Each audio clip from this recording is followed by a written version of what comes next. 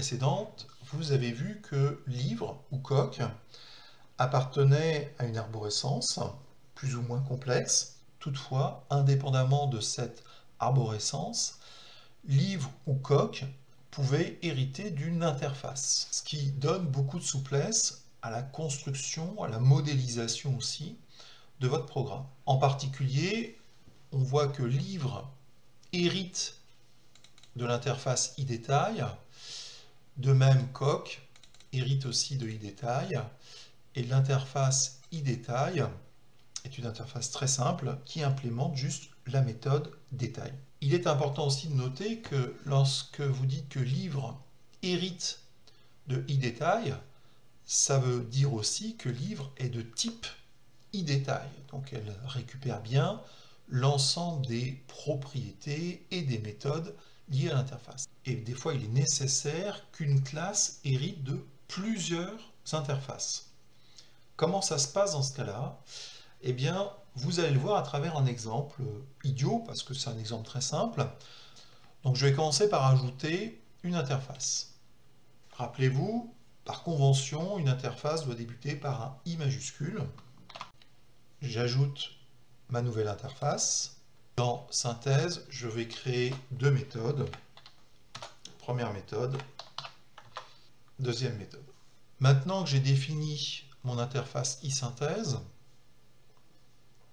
vous vous souvenez qu'il est absolument nécessaire que dans les classes qui héritent de cette interface, il soit implémenté systématiquement toutes les méthodes qui sont définies dans l'interface.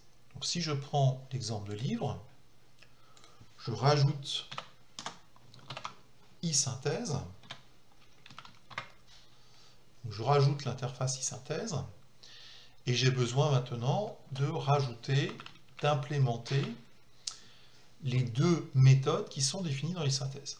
Alors, une petite astuce intéressante, c'est que si vous survolez légèrement iSynthèse et vous cliquez dedans, vous voyez apparaître un petit menu, et ce menu vous propose d'implémenter toutes les interfaces, toutes les méthodes liées à l'interface.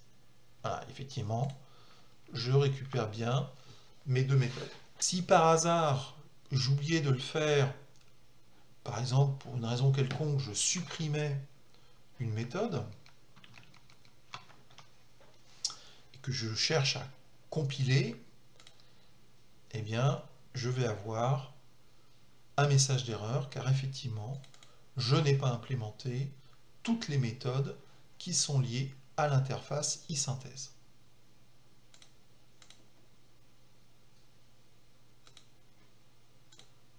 Voilà, donc j'implémente bien les deux.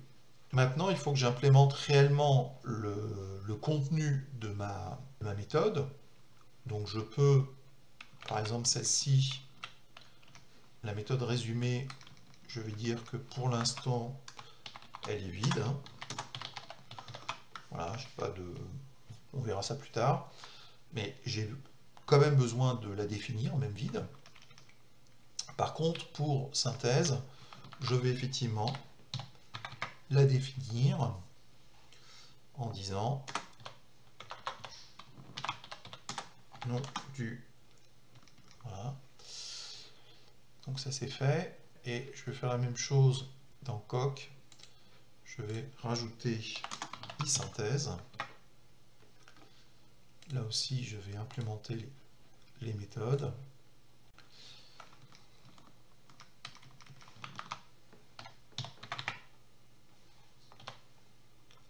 Vous voyez, un intérêt tout à fait pratique, c'est que vous avez évidemment des noms différents de propriétés, et donc il est nécessaire d'avoir des méthodes adaptées à chaque classe qui implémente l'interface. Et ici, je ne vais pas laisser l'exception, je vais simplement indiquer aussi que c'est à faire. Très bien. Il ne me reste plus qu'à vérifier que l'appel de la méthode synthèse fonctionne dans les deux cas. Donc je vais changer ici l'appel plutôt que d'appeler la méthode détail. Je vais appeler la méthode synthèse. Et évidemment, je vais indiquer qu'il s'agit ici de mon interface synthèse. Voilà. Pour l'instant, je vais rester sur cette logique et vérifier si ça fonctionne. Très bien. Donc effectivement, nom du livre, nom de la coque. Donc il y a un petit décalage qui est simplement lié à la façon dont j'ai implémenté. Donc dans livre, vous voyez effectivement là, j'ai pas d'espace, et dans coque, j'ai un petit espace. Bon. Et si je relance mon programme, voilà, là j'ai plus effectivement l'espace, ça se présente mieux. Donc pour résumer, vous avez la possibilité pour une classe d'implémenter plusieurs interfaces. Pour chaque interface, vous devez implémenter toutes les méthodes qui sont définies dans ces interfaces. Il existe une méthode simple pour le faire, c'est demander à Visual Studio de le faire pour vous grâce au petit menu qui s'affiche.